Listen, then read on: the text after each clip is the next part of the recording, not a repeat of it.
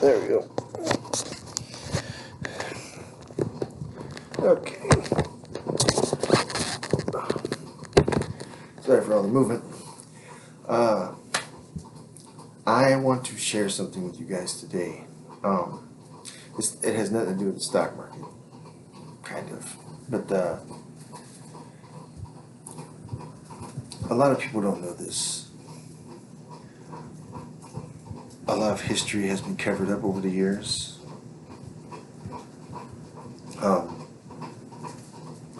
I have spent my whole life searching for truth, you know. I never really worked a job. I mean, I was born into a family of apostolic Christians and Anglo-Saxons. My family was Saxons from a little town called Lemgo in the Westphalia state in the Rhineland. We were from the Lippe kingdom, and we came to America in like the 1630s and was one of the original settlers of what is now New York City. And then we spread across Pennsylvania and Ohio, and then northern Illinois. And some of our family continue on to Nebraska and Texas. So I know my history. I know my family was at the Battle of the Teutoburg Forest, and we survived the massacre of Verdun.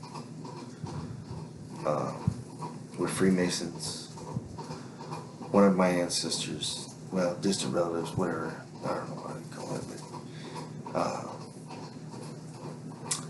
but he was a member of the Skull and Bones fraternity at Yale. His name was Ross Traffican. He went on to be a partner at Goldman Sachs. He established a hedge fund called Plowpenny Partners in New York City, and he established an endowment fund called the Traffican Alumni Distinguished Speaker Series at both Harvard and Yale. We were the first people to establish a school of fashion in America called the Traffican School of Fashion in New York City. Emily Traffican was the founder of that, and she invented the pantsuit. That was her big claim to fame. So I know my family's history, and unlike, you know, it's unfortunate, like black people that were brought here as slaves, they don't know which tribe they came from. They don't know what part of Africa they came from. Their history and their culture was eliminated. Okay, but they're not the only ones. You know, what happened to the Native American Indians here in America also happened in Europe. That whole, see, they just say the white man, but it's not the white man. It's busted up into other groups. You know, the Romans, the Anglo-Saxons, the Russians, the Normans, the Norwegians. Everybody's their own people. The Spanish and the Portuguese. You know, well, not all white people are the same. Like I said, my people are Saxons. We were never defeated by Rome. Okay, so I'm gonna get into this. This is gonna be a long, boring video of watching me bump my gums about history. And you know, somebody in Japan is gonna have a whole different history. Somebody in China is gonna have their own history. You know, mine is just my timeline. You know, like the Bible is the Jewish people's timeline. You know, Abraham and Lot, and, Joseph, and Jesus, and all that. You know, they put their story into a book. You know, whereas mine, it's more word of mouth.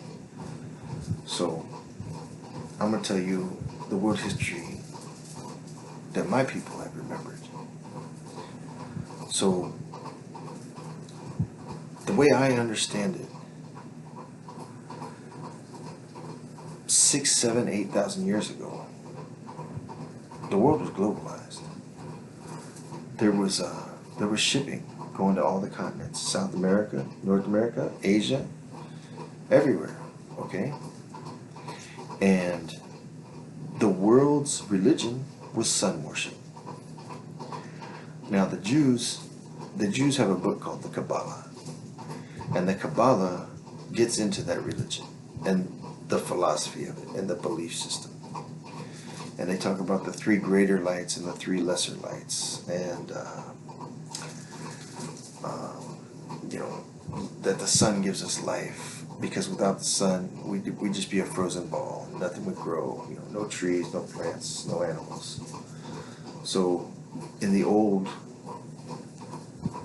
last chapter of civilization, people were sun worshippers. If anybody studied the Aztecs, they were sun worshippers, and they were a you know,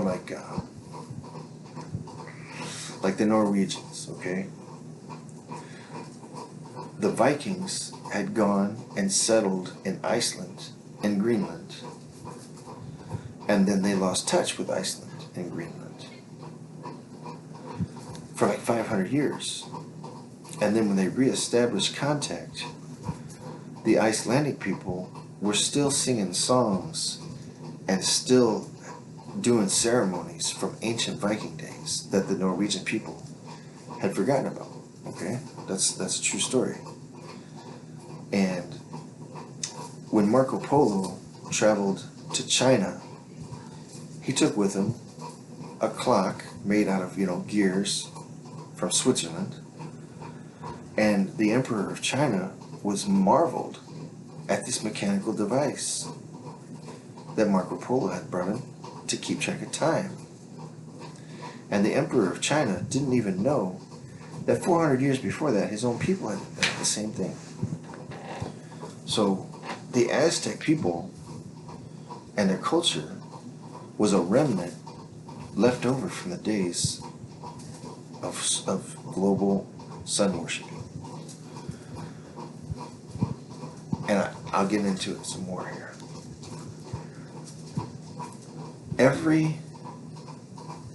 Man, I hate people that just say things and pause. Okay. Every continent on the planet has pyramids or mounds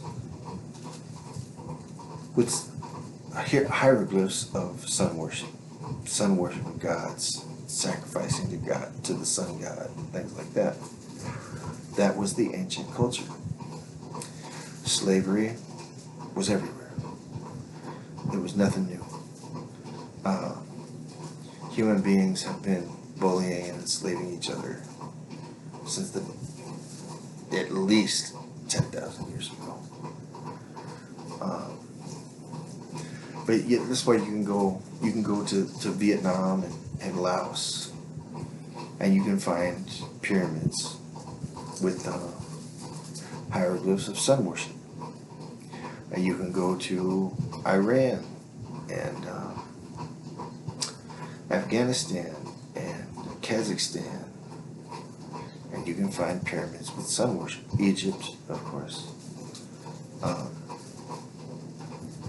South America, okay, the Mayan culture, they had pyramids with hieroglyphs of sun worship. So, worldwide, there were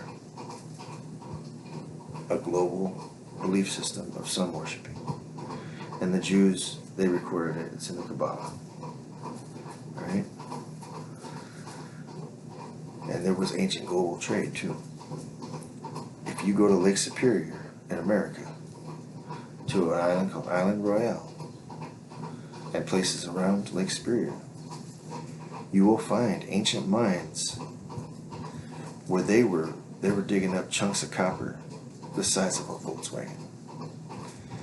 And they have a way of breaking down that metal to get its chemical makeup. And the Roman coins that they're finding over there in England and other places was made out of that copper. And so here's my theory. And I'm a Freemason, by the way. So I've been able to read up and learn the secrets of Freemasonry and everything that has to offer. And this is my theory. So The Chinese, the Chinese were basically like America is now. Okay, they were an advanced civilization.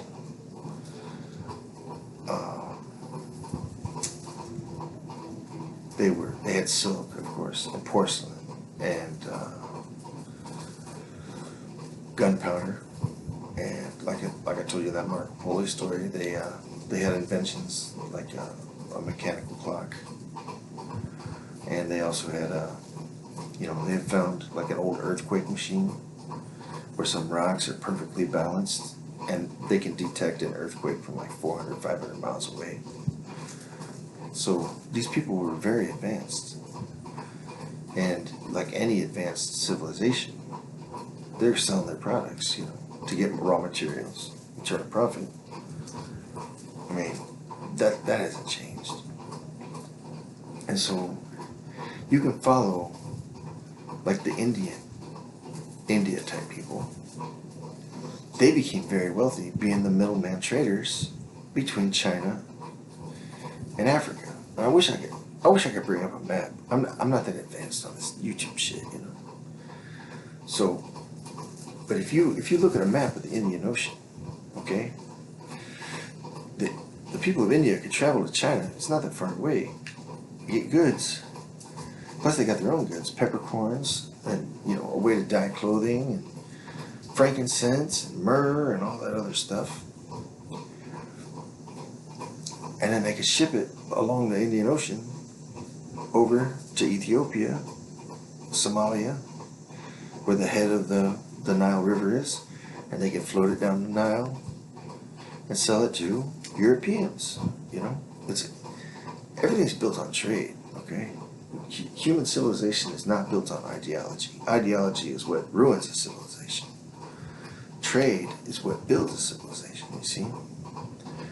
So many thousands and thousands of years ago, the Indians, they got in on this trade, right?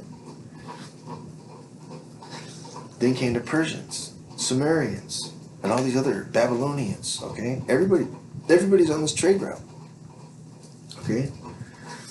But the real money is in Ethiopia. Their ancient culture was called Sheba, okay? It's mentioned in the Bible. The Queen of Sheba goes to visit King Solomon and brings more gold than anybody's ever seen. Okay, she's very, very wealthy because she was the linchpin of trade between the Indian Ocean and Europe via the Nile. Okay, so back in the day, there's no military. There's no United States American Navy like there's now, right? If you travel by land, you better hope you find a civilized fucking warlord that you can fucking pay a toll to pass through his land without getting robbed. But chances are you're probably gonna get robbed, So that's why shipping was real big. Because you could go out on the ocean and nobody could ride up and rob you, That water, you can see for miles. There's no trees or bushes. Nobody hiding behind a wave, If somebody's going to try to come up you on a boat, you're going to see it. That's why shipping was the foundation of all trade in the world. So the Indians and all the Sumerians and the Persians and the Venetians and all these fucking people, they're traveling by boat.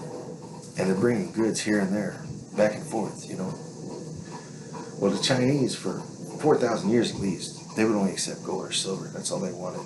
They had everything they needed. They had their own sheep, they had their own wool, their own, horses came out of Mongolia. So the Chinese have had horses. They've had all this chickens, Asian chickens. There was African chickens too, but Asian chickens. They had their own chickens. They had their own pigs, their own cows. The Brahma bull comes from India. So, the Brahma breed.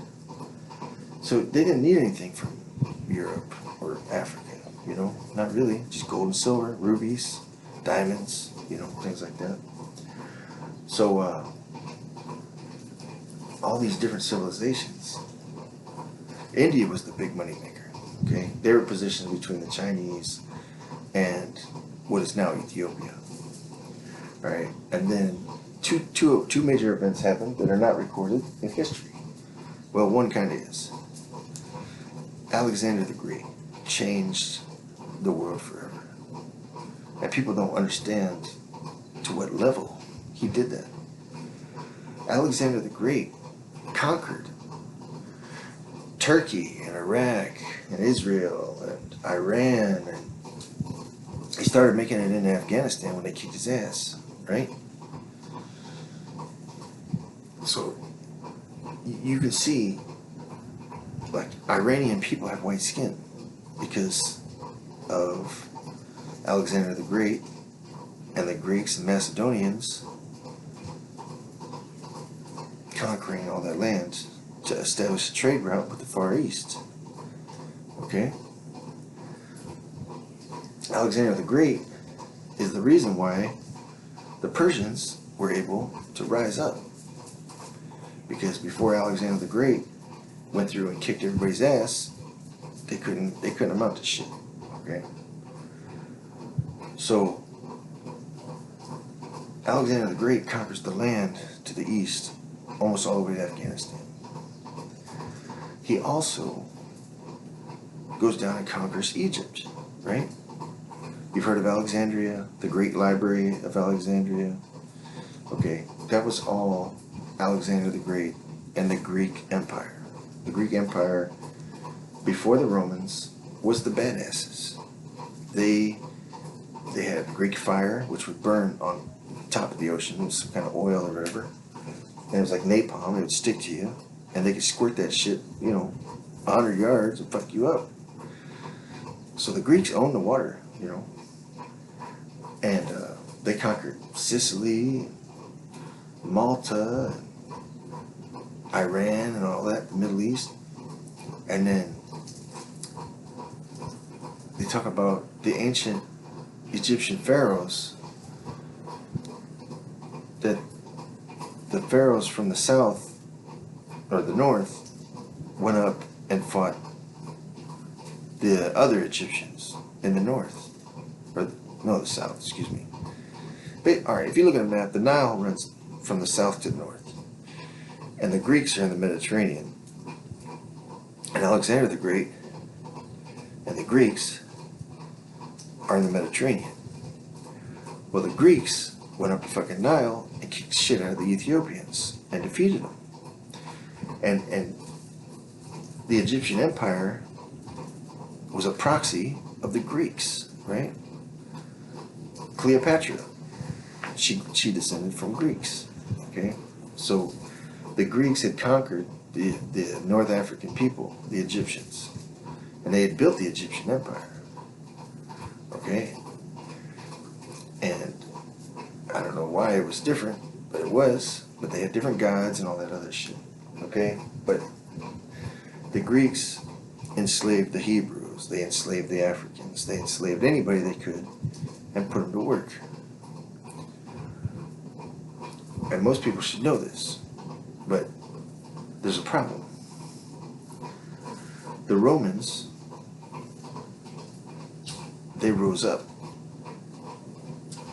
and they started conquering the Greeks and taking out all the little Greek settlements, the Carthaginians, the Egyptians, the Venetians. They conquered Israel. In the time of Jesus, Israel was a Roman province. They conquered the Spanish. They conquered the Slavic countries. They conquered France, and they conquered England. I'm gonna get to that in a minute. Now, I believe they conquered Russia too, and I'll tell you why. In Russia, the old emperor was called a Tsar, Tsar, and that in the old Russian language meant Caesar. So Peter the Great was a Caesar, a Tsar. Okay? The royal family of Russia was called the Romanovs. Roman off of Roman. You see? So the Romans had conquered Russia and put in place their own rulers. Okay? In Eastern Germany, Czechoslovakia, Hungary, there's a family name called Schultz. Okay? Schultz means like town keeper, mayor, like that. The Romans would put one of their administrators in charge of a town or a region, and they were called a Schultz. That was it's like saying mayor. Okay. So anybody with the name Schultz probably descends from a Roman. Now here's the Roman tactics. The Romans were known for quite a number of things, but they were mostly land-based. The Greeks were more oceanic, navy battling type shit. The Romans, on the other hand, they were more land-based, and they were very good at it. And they used the phalanx. Okay. So the the Roman phalanx, it was just organized warfare. You'd have a group of guys, I don't know how many, 20 or whatever, and they would form a turtle shell with their shields. Okay. And when they would fight you, they would move with their little feet here and there and get in position, and then through the little holes where the shields came together, they'd poke a long spear out of it and stick you. And if you got real close, they had their long swords, and they'd stab you with that. But their main purpose or priority was to keep that shield dome. And just by simply being organized like that, they would go up against unorganized, the farmers with the torches and the pitchforks. They roll into a town to conquer you, and you're out there fucking beating on them with a shovel, and they're organized into a phalanx. And you're not gonna win. So they could conquer you like that, real easy. They just mow down 1,000 dudes without even losing one of their own. So they would do that, but the Roman people only got so many people to serve in their military, right? Italy ain't that big, so they needed more soldiers. All right, so they would conquer your ass and make you serve in the military, but they couldn't trust you with being in command or anything like that, because you'd turn on them. So you would be the lowest level grunt. You'd be the guy holding the shield. That's it. Hold this shield or you're gonna die, right? But you don't get a spear and you don't get a sword. And then they would also hire mercenaries. Okay. So there's quite a few people that were mercenaries, but my Saxon ancestors were mercenaries for the Romans when they invaded England. Okay, and the Romans, they would take advantage of ancient tribal conflicts. Okay, so let's say the Flems and the Lombards hated each other. They'd been fighting over fucking land for thousands of years, right? So the Romans come in and they offer to pay the Flems some money to go fight the Lombards for them. And they give them some swords and all this other stuff to give them an advantage, right? So the Flems go and they slaughter the Lombards. And while the Flems, they lost a bunch of fucking soldiers themselves, now the Romans would come in and take out the Flems. So the Flems would knock out the Lombards, and then the Flems would lose their numbers, and then the Romans would take out the Flems, and what was left of the Lombards. And they pitted people against each other.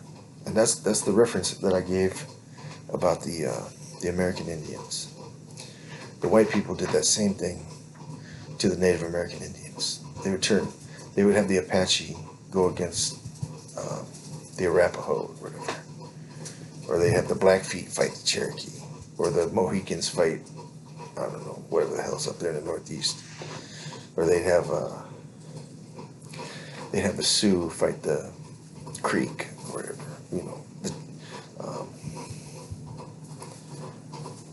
whatever. But they would come in, they would prey upon these ancient tribal conflicts that were going on. So let's say you know, the Blackfeet and the Cheyenne had hated each other for 1,000 years, right? So if it was in Europe and the Romans would come in and they cut a deal with the Cheyenne, give them some knives and some metal arrowheads or whatever, or, you know, some low-level military-grade equipment, and team up with them, and then they both go kick the shit out of the fucking creek or whatever. And then at that right moment, they turn and wipe out the Cheyenne too. If anybody, like if there's any Mexicans that are gonna watch this, okay, everybody knows the story of Pancho Villa, all right? Mexico was full of warlords, and the American government, they used Pancho Villa like they used Saddam Hussein in Iraq, okay? They used Saddam Hussein to fight the Iranians, right? The American government used Pancho Villa and his bandidos to fight the other warlords in Mexico and take them out. They provided Pancho Villa with guns and ammunition, right? And then when Pancho Villa got down to the last battle, the American government gave Pancho Villa Hollywood blanks, okay? They look like fucking real bullets, but they burn out. They don't shoot a lead shot, right? You just go out there, pow, pow, pow. It's blanks. You know what a Hollywood blank is. So they did that so that Pancho Villa and his men would ride into battle shooting blanks, and the last warlord would gun them down. That's how they were planning on getting rid of Pancho Villa when they were done using him. Okay? Any Mexican knows the story of Pancho Villa. Well, that's the tactics of the Romans. They're the ones that put it into effect originally. Maybe the Greeks too, I don't know. But it's a common practice, okay? That these sneaky ass fucking governments, like the CIA, they'll go in and they'll find like a revolutionary group, and they'll bribe them and fund them and provide them with weapons so that they can challenge their own government. Fidel Castro was a CIA agent. The Italian mafia had gone in and became business partners with Batista. And the Italian government, or the Italian mafia, was taking over Cuba. They were going to have their own government, their own country, 60 miles off the U.S. border, where the U.S. government couldn't touch them, you see? They could do their gambling and their drugs and their alcohol, and the United States government couldn't do squat about it because it was in another country. So the American government, Fidel Castro had gone to school at UNLV, and he was Cuban, and the CIA got a hold of him, and they trained him. They took him down to San Antonio at Lackland Air Force Base, and they rounded up a bunch of Cubans, and they created a force for him. And they even had this redheaded fucking dude from Michigan that, sorry about the camera work here. So, man, the camera head's 100 pounds, don't it?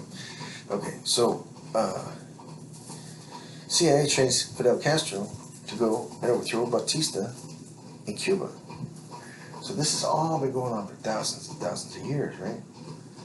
Well, when you're the Roman Empire, and you go and you take out the Greeks, and you take out the Carthaginians, and you take out the Jews, and you take out the Egyptians,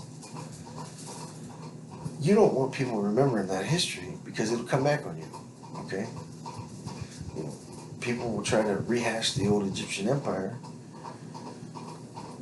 because they never forgot, you see.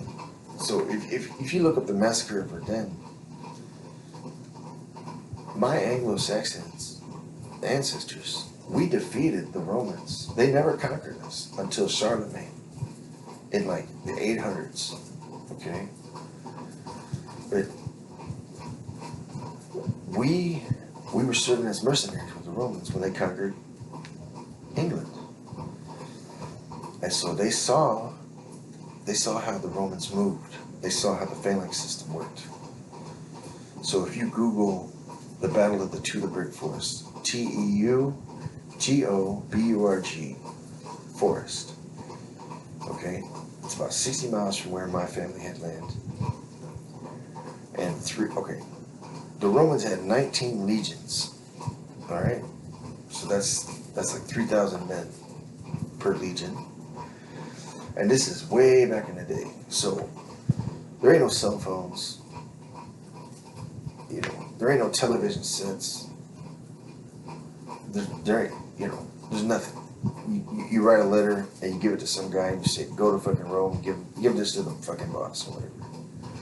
So in addition to those 3,000 soldiers per legion, you had messengers, you had cooks, you had hookers, you had children, families of the soldiers, slaves. I mean, you're talking, for every 3,000 soldiers, there was probably another 2,000 support and communication guys. Somebody was running back and forth with fucking wagons full of food. There was engineers. They were building bridges. So it is estimated that 3 legions were slaughtered at the Battle of the Teutoburg Forest, which accounts for 12,000 people. And most historians lowball it and say it was 15,000 people with all the support people, but I'm going to say it was probably like 20,000. That's my guess. Of course, who the hell knows? It was 2,000 years ago. But the Anglo-Saxon people, they had fought each other for years, trying to get a little bit of extra land off each other, or whatever kind of disputes that people have, kingdoms. So this one leader, he was a mercenary for the Romans when they conquered the tribes on England, pushed them back. So this dude hauls ass back to his homeland because he knows the Romans are coming, right? He just used the Anglo-Saxon people to defeat the English island people, the Picts or whoever the hell they were, the Gales, I don't know. But the Romans just used the Anglo-Saxon tribes to defeat the tribes on the island of England. And, this dude knows that it's time to go conquer again the Rhineland, go conquer the Anglo-Saxon tribes. So he races back and he calls to the council and, he tells them, we fight or we die, Like, this is how it's going to happen. And he tells them this, the Romans use this phalanx system, so we can't fight them on open ground. We can't fight them on hillsides. We can't fight them anywhere a human being can walk easily, okay? Because all we're going to do is beat on these shields while they stab us. There's nothing we can do on open ground, on open grassland, dry land. So they devise a plan. There's only one trail that goes through these cold water swamps, and they pick that location to fight these Romans, and they won. They built fortifications up on the hillside, and in the bottom was a valley full of cold water swamps, bogs. Okay, this is the modern society is bulldozed all this shit, just like Florida. Florida used to be a swamp, right? They've bulldozed the wetlands and put in roads, and now Florida is like a tourist destination, where it used to be like a slimy, nasty, humid, fucking bug-infested fucking swamp. That's how Northwest Germany was. It was cold though, real cold weather. swampy, wet, muddy, you know. The Roman phalanx couldn't work, you know. They couldn't, they would be immobilized if they stood there trying to fucking hold all their shields together. And then the Anglo-Saxon tribes, there's a bunch of them, you know, the Lombards, Flems, everybody was there. Vandals, Jutes, Danes, you know, everybody. They all came together to fight the Romans. And they did. And so when the Romans put their phalanxes together, there was somebody up there throwing fucking hot ass fucking burning oil on them and shit.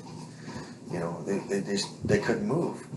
Supposedly the train was like 13 miles long, and the people in the back of the Roman train had no idea that the people in the front were being butchered. So it was like putting a carrot into a food processor, just grinding it up. They just killed them. Left no survivors, which that's a miracle in itself. You know, not one soldier got away. Not one little kid, not one woman, not one old man, nobody. They butchered them all. And supposedly they mutilated their bodies and put them in embarrassing situations. And I'm not going to elaborate because little kids watch this stuff, but you can imagine sexual positions, two men or whatever, you know, doing whatever. And then, of course, they stole everything. They stole their swords and their money and food and whatever else, you know. It was a great victory for the Anglo-Saxon people. Well, Rome stopped. They stopped getting messages, right? So 7 years later, they come back, trying to figure out what the hell happened to their 3 legions. And then they finally figured it out when they came across the bodies. Because the Anglo-Saxons, they didn't bury them, they didn't hide it. You know, I mean, we're talking 20,000 people here. They just left them out in the woods for the animals to eat on. And it's cold weather, so it's like putting them in a refrigerator. You know, they're not going to rot as fast as they would, say, a desert. So, the bogs and the cold weather helped preserve the bodies a little bit. They still sat out there for 7 years, so it was probably gross as hell. But. So the Romans come back, and they find their 3 legions, and all these people dead. And they start going to war with the Anglo-Saxons again. Well, the Anglo-Saxons are smart now. They figured out the phalanx system. So they could fight you on the open land now. Because when the Romans would form into their phalanxes, a couple of horses would ride through with a rope between them and just take out the feet of these Romans. And when they all got, you know, it's like a bowling ball going through 10 pins, knocking them all down. And they go out there and stab your ass, you know, while you're laying on the ground and your phalanx is broken up. So because the Anglo-Saxons figured out the weaknesses of the phalanx system, the Roman military was ineffective. It didn't work anymore. They couldn't roll up to your city and just sit there and fire catapults at you all day long. And if you tried to come out and fight them, they'd butcher you. Those days were done. So it took 396 years for the Anglo-Saxon tribes. Okay, here's another thing. Once the Anglo-Saxons defeated the Romans, word spread like wildfire. Okay? People gossip. The Romans had not lost a single battle in 400 years.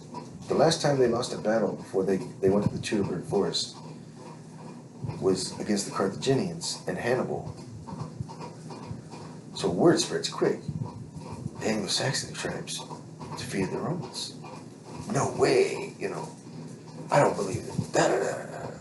They travel, go over there and look at the battlefield. You know, you see 20,000 dead Romans. They won. Well, now, all the tribes that were on the edge, you know, playing it neutral, going it safe, now they see that the Romans can be beaten. So warriors start showing up. They start joining the Anglo-Saxons and Jutes. Excuse me. They just keep picking away at the Romans, keep picking away, picking away. So finally, Constantine, he figures it out. This ain't gonna work. You know, he's the Caesar of Rome at this time, and his empire's getting chewed up. You know, he lost France, he lost Spain, he lost England. These people are coming to Rome to kill him, and he can't stop them because they have more people than he does. His people are all slaves and paid workers, you know, paid soldiers. And a paid soldier is not gonna fight like a man defending his home. Okay? A paid soldier is only gonna work for the money. But the second his life is on the line, he's gonna go find a different job, you know? So the Romans, their military is just deserting left and right because they're losing. They're not the winning team no more, you know? It's like America, Vietnam, all right? Americans, when they win the wars, hands down, no problem. They ain't got no problem with enlistment. But in Vietnam, when the Vietnamese people were using jungle warfare and defeating the American soldiers, that's when Muhammad Ali's like, I'd rather go to prison than serve in the fucking military, you know? I fuck this draft, you know. Cheech Marin ran up to fucking Canada to get the hell away. 'Cause he didn't want to go over to Vietnam and get slaughtered, right? So that's a paid soldier for you. Their heart ain't in it. They're just in it for the money. But they ain't gonna die trying to make money, you know. Are you gonna go work at a gas station that gets robbed every night and every third time the cashier gets killed? You know, are you gonna take that job for $20 an hour? You know, forget it. So the Romans, they're losing the military. Every time they lose a battle, fuck this. You know, I'm going back to Czechoslovakia. I'm going back to fucking North Africa, wherever these people were originally from. I ain't fighting these fucking Germans. You know, these dudes are fucking savage, right? So Constantine, he says fuck it, and he divides his kingdom in half. He takes the eastern half, because the eastern half is the moneymaker, right? The western half of the Roman Empire, it was just like barley and hay and wheat and some cows and like slaves, right? Blonde-haired, blue-eyed slaves that he could sell to the fugly-ass fucking Arabs in the fucking east. So now the blonde-haired, blue-eyed people are fucking killing his ass, and they're pissed because, you know, for a long time the Romans have been taking their children from them, their wives, and fucking them, taking the little boys back to Rome, the sex slaves, whatever. This is personal, you know. So Constantine says, screw it. He leaves his sister, the western half of the Roman Empire, Europe, and he goes and he takes the moneymakers, where the trade with China and India is still going on, and Turkey, okay, Israel, Egypt. He wants to maintain his trade with the East, making that cash. He doesn't want to deal with a bunch of fucking rioting and fucking overthrowing governments and losing fucking military battles in the West. So he just walks out of Rome. He's done. Constantine, his empire continues on. It becomes the Byzantine Empire, and then the Ottoman Empire, as different families came along. But it lasted all the way up until the late 1700s. People don't realize the Roman Empire never really ended. Okay, the Ottoman Empire fell once the Americans discovered a new trade route to the east. Okay, that's why we built a railroad across America. That's why San Francisco had all them Chinese people there. That's why they called it the Gold Rush of 1849, and they claimed that they were digging gold up out of these rivers in California. But how do you fill up Fort Knox just panning fucking gold out of a fucking river? They don't work, right? There ain't no huge fucking, like, Grand Canyon fucking mine looking things in California where they dug up fucking tons of fucking gold in tiny little fucking rocks and flakes. No.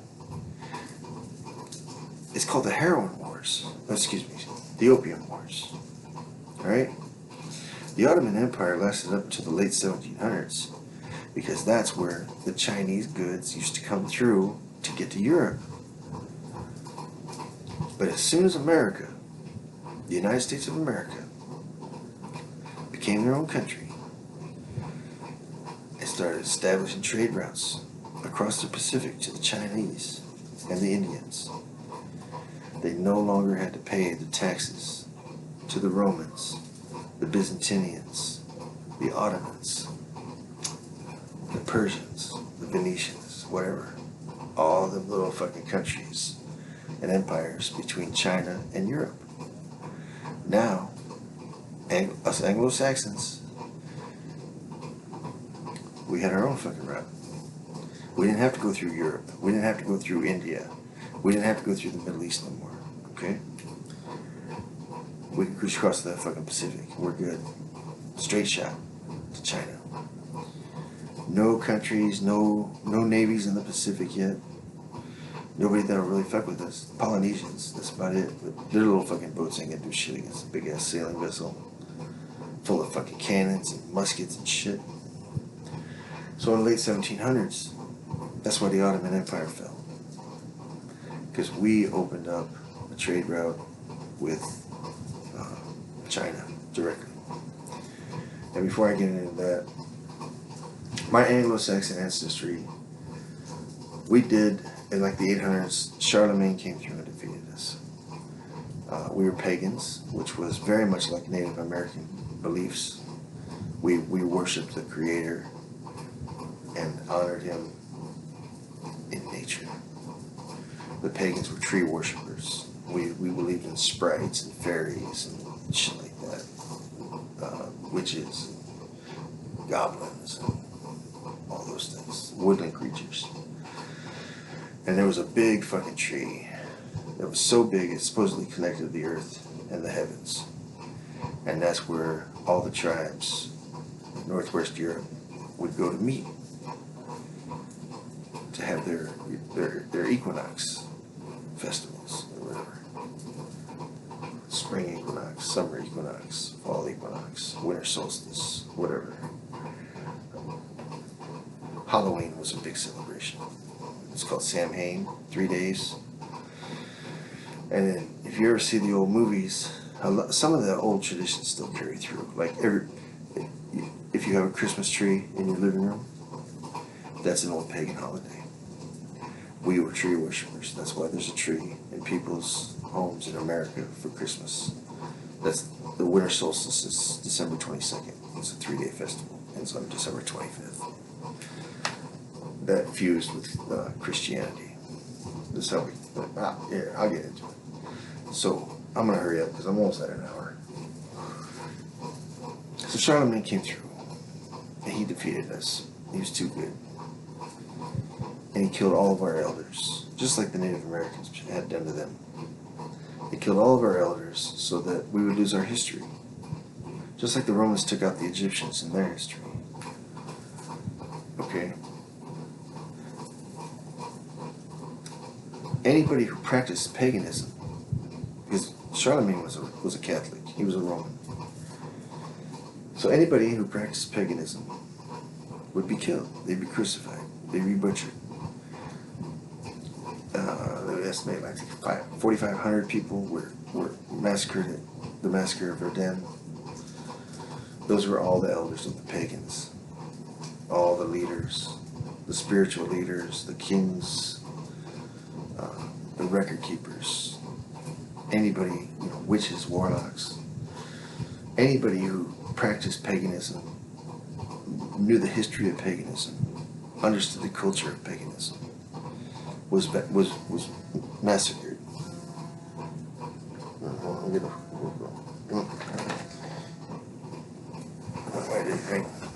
Anyways, that's what the Romans do. They wipe out your whole culture. They kill you. And then they give you different names, right? So like,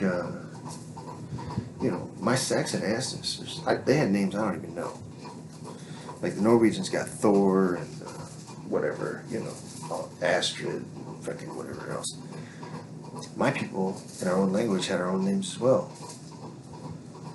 And the Romans came through and butchered us. They sent us to Charlemagne, built schools.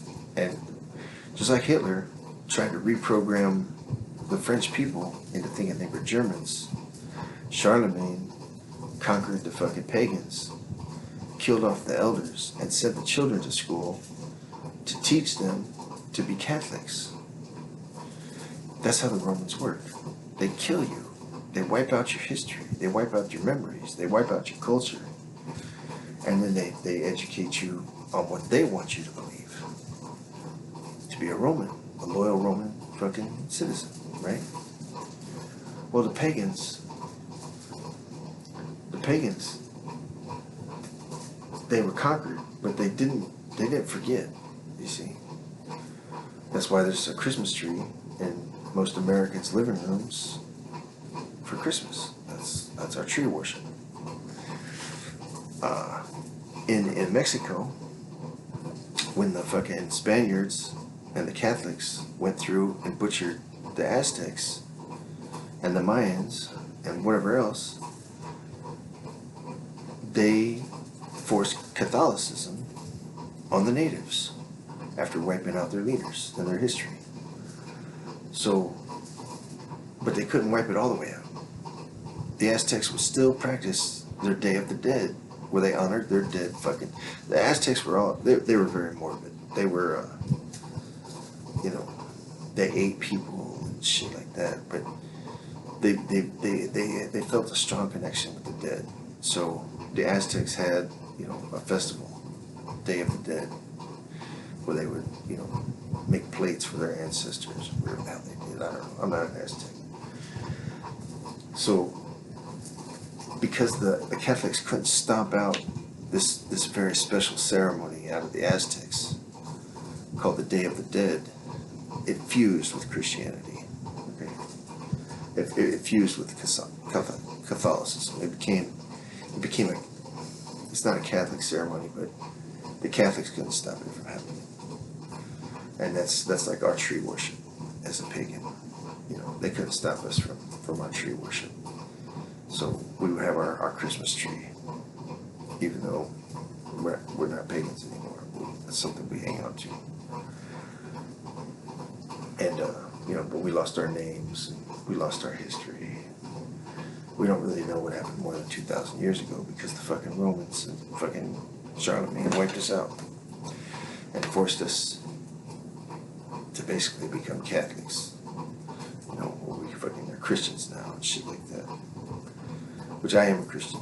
I got a lot out of that Bible. But maybe I would have gotten more out of my pagan fucking religion. I don't know. So that's why the sun worship and all that other stuff has been forgotten. Because you had the Greeks come in and take over everything. And then the Egyptians. And then the fucking Romans. And it's just, who knows how many civilizations have just come through and wiped out the one before it. And they don't teach the history no more. We keep erasing our own fucking history by conquering each other and trying to replace it with a new occultism, a new ideology, right? Right now it's Christianity. Or Muslim, whatever.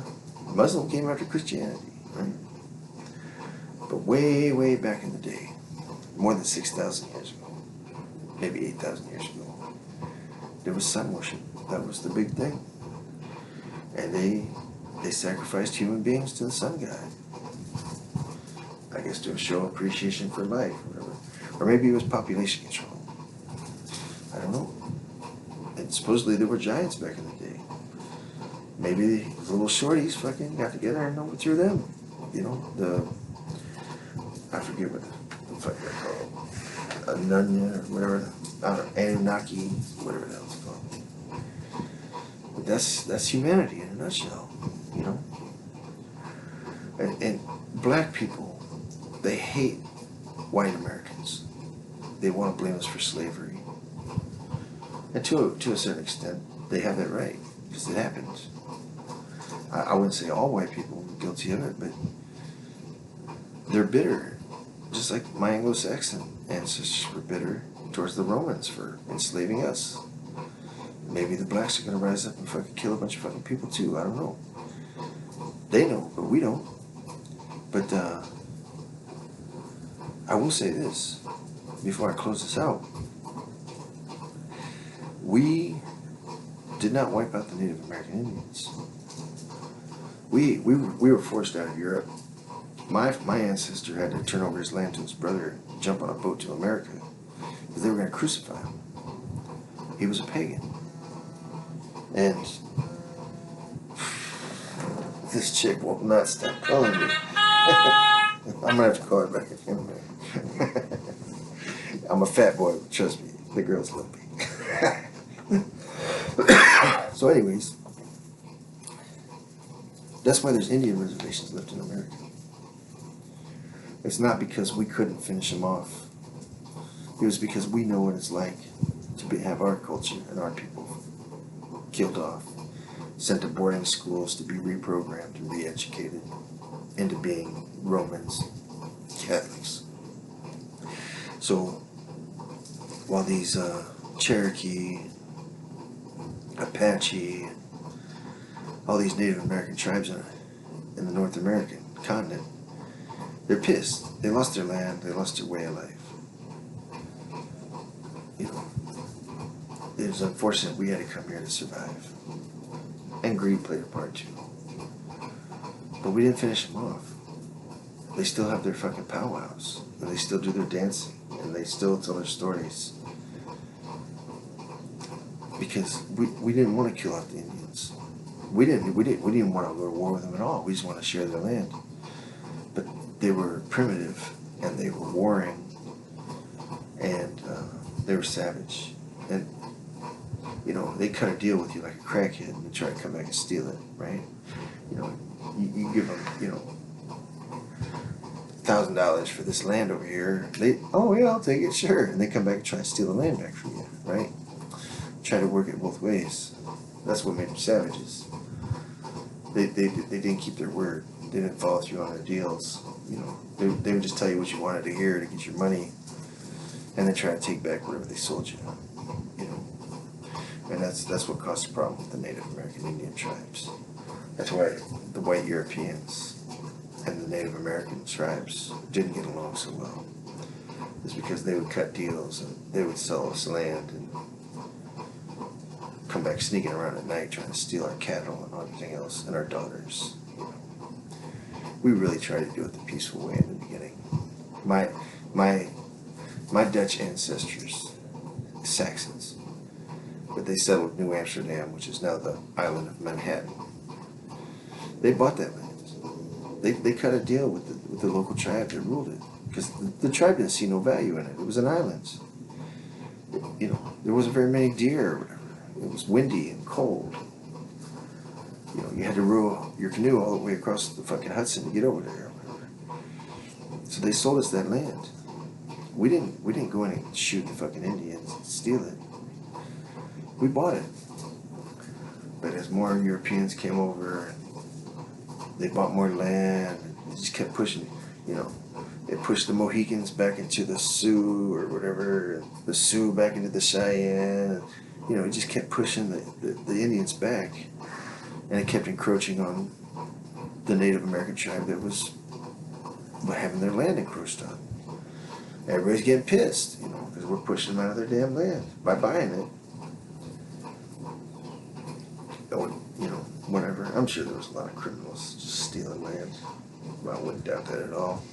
That's people. That's human beings. If you have a military advantage over the next guy, you're gonna steal his land. You know, especially if your own government isn't gonna help him. You know. But that's the history of the world right there, man. There's a lot more details to it. You know, Peter the Great, William the Conqueror. you know, the Norse coming down as Vikings and settling fucking Ireland and Scotland and the Faroe Islands and shit.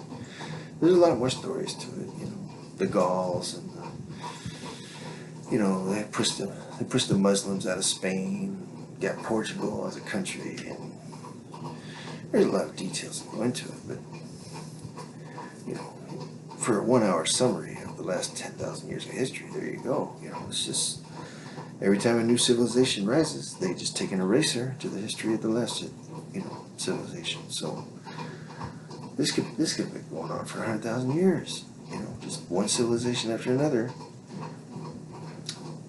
hitting the delete button at the library on the old culture. I believe it's happening again right now. I believe my Anglo ancestors are being fucking wiped out by the fucking Jews and the fucking Muslims. I honestly believe that's happening. They're trying to breed us out, take us out of powers of position in the courthouse and the government. They're trying to overpopulate. They're trying to erase us. And either we're just going to eventually assimilate into their culture, or, you know, they're finally going to say, you know, this is for making us slaves. Stick it to us. You know. Who knows? Who knows what the future holds? But I know what the past holds. And, I don't know. The Romans built a very wealthy and profitable civilization. The Egyptians built a very profitable and economically strong civilization. The Persians, the Venetians, the Indians, the Chinese, the Japanese. You know. That's another little tidbit of history I'll hit you with real quick. Okay? The Chinese had samurai swords as far back as the 1200s that we know of. Okay? It's made out of carbon steel. Basically, you take iron ore and you keep folding it. You're adding the soot that comes out of the fire with the steel. And you keep folding it over and over and over until that fucking carbon mixes with the iron ore and creates a very strong steel blade. Okay? And then you heat it up and you cool it, and then tempers it. Okay? Gives you a real sharp blade, but a flexible fucking sword. America was building bridges with wood and bricks until about the 1800s, when a guy named Andrew Carnegie studied how to make steel from the fucking Japanese and built Carnegie Steel. And then J.P. Morgan, you know, in the days where everything was gold and silver, that was the only money back then. Here's J.P. Morgan with all his money. Where did it come from? You know, they say he's a banker. Bullshit. How are you going to spend $150 million and buy out Carnegie fucking Steel? Carnegie's going to want that gold. He's going to want that silver, whatever money is made out of. Where did fucking J.P. Morgan get that gold and silver? They sold heroin to the fucking Chinese in the Opium Wars in the late 1700s, all the way up until 1950. The Americans were pumping heroin into China, getting all those Chinese people hooked, stealing their technology, stealing their gold and silver, bringing their women back over here as sex slaves. Same shit the Romans did. Okay? Everything a drug dealer does in America today, the American government did the Chinese people. They stole gunpowder. They couldn't steal silk, because silk comes out of a silkworm. But they stole the weaving process to turn that silk strain into fabric, okay, textiles. We didn't have silkworms, but what we did have was cotton. That's why all them slaves were put to work in the cotton fields picking cotton, so that we could make cotton fabric using Chinese weaving fucking machines that we stole the technology from the Chinese by getting them hooked on heroin. This is all true. You can research it. It's called the Opium Wars. Look up a man named Warren Delano Jr. That was Franklin Roosevelt's grandfather.